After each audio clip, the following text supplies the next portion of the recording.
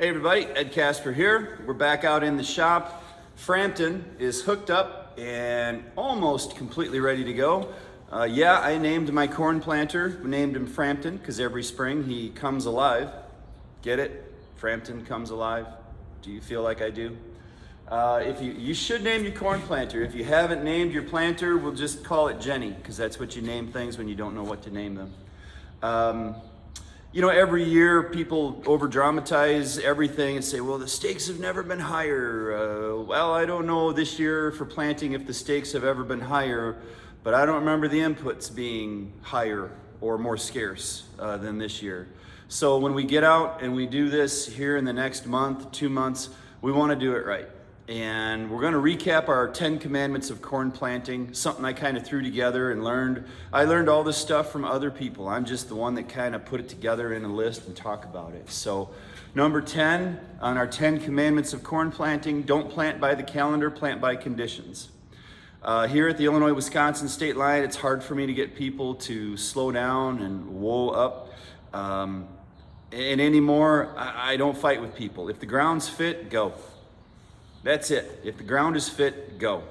The only thing I ask guys is check that forecast. 3-4 days from now, if there's a bitterly cold rain coming, you might want to think twice about that. But anymore, if the ground is fit, go. Because as soon as you hold a guy back, then it rains for 3 weeks and then everyone's mad. And I get it. So if the ground is fit, go.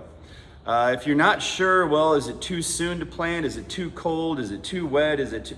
If you don't know when to plant, number 9 on our 10 commandments is if you don't know when to plant between the crazies and the lazies.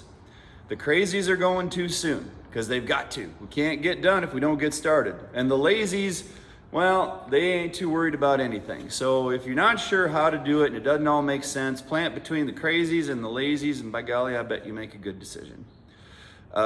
Commandment number 8.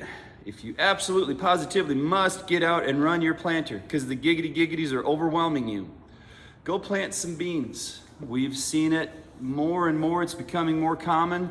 Beans can take a whole lot more early season stress than a corn seed can. Go put some beans in. And then if you still do have some gremlins in your planter that didn't show up till you got into the field, you don't feel so bad because it's beans, and then they're a little bit, like I said, they're a little bit tougher out of the gate. So go plant some beans. Number 7, and this one we're going to take a little time out and talk about this one. Number 7, flag test your emergence. Don't guess at performance. Measure it and then manage it. And I know that Precision is big on their flag kits, day 1, day 2, day 3 emergers. Fantastic. I love it. That's not how I do it. I follow the Randy Dowdy doctrine. I learned this from Randy Dowdy in the Next Level group. If you want to know more about the Next Level group and what it's about and what he's doing, give me a call. I'll be glad to talk about it.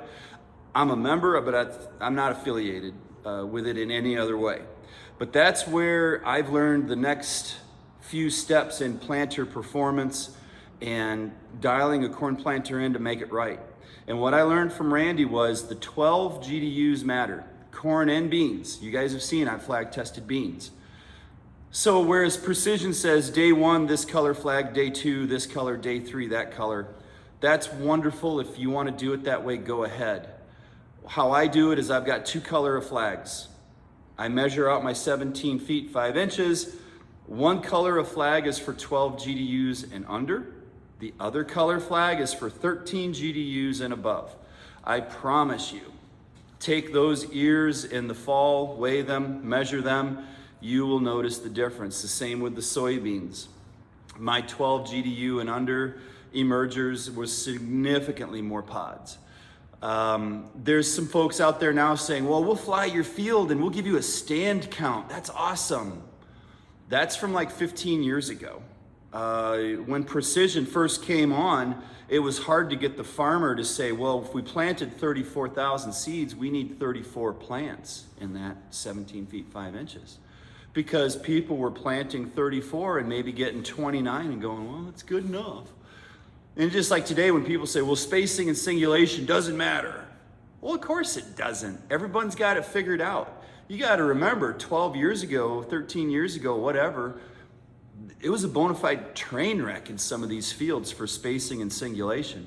Now that you got it up to 97, 98, 99%, to improve 1%, does it matter? Of course it doesn't. But we've walked fields where the guy planted 32 and he had a final stand of 23. You ain't gonna last long like that. Now, fortunately, he had a job in town, and when we went to talk about planter performance and we proved what was going on in his field, he spent all his money on a new shed. Perfect. It's your money. You do what you like. But the 12 GDUs and under is what matters for emergence. Came up on Monday, his neighbor came up on Friday. I don't care, as long as it's within 12 GDUs. That's what matters. Number 6, just because you can, doesn't mean you should. Well, Ed, I could put 8,000 gallons of liquid on my tractor and hook up to my planter. Well, yeah, you can, but should you? Think about that a few times when you're looking to spend money on certain things and do certain things. Number 5, the sins of your planter will haunt you all year. Your sprayer cannot fix the sins of your planter. Your combine cannot fix the sins of your planter. Yes, we need fertility. Yes, we need rain, and we need sun, and we need heat. I love it. You're right. I got it. But if we screw up that planter pass, we got to live with it for the whole year. Number 4, this one comes from Matt Foes. It's better to be a week late than a day early. Yes, it is. Number 3, GOAL. Get out and look. I learned this from Randy Dowdy. The best thing to see in your field is your shadow.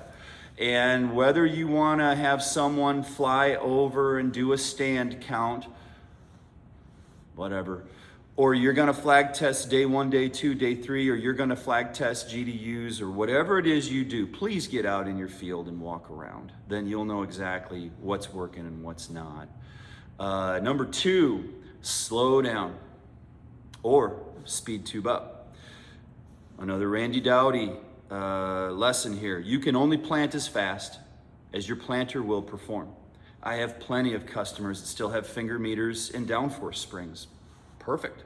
You can plant, you could do a great job with that, but you're gonna be planting about 4 miles an hour.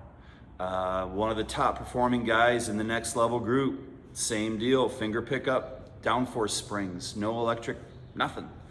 Planted about 3.5 miles an hour.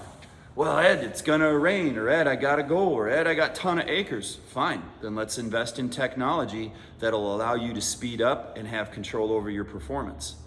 There's a YouTube TV series called Chasing Francis, I believe is what it's called. And the guys are trying to hit that 400 bushel mark in Iowa in the NCGA contest. And on that show, they said Francis was the first guy to do it, and he would put a can of soda on his row unit. And if that soda bounced off, he was going too fast. So slow down. You got a high-speed planter, good for you. Let's keep a close eye on all the performance, and you do what you need to do, but you can only plant as fast as your planter can perform. And that brings us to the number 1 commandment in the Kasper Ag 10 Commandments of Corn Planting. And we learned, all of us learned this from Grandpa. If you plant in the dust, your bins will bust. If you plant in the mud, your crop's a dud.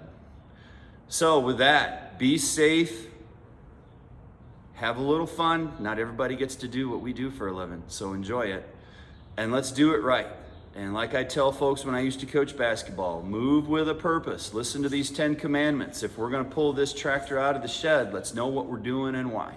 So with that, thank you very much. Appreciate you listening. As always, like and subscribe, yada, yada, yada. And feel free to give me a call, 309-208-0117. Thank you.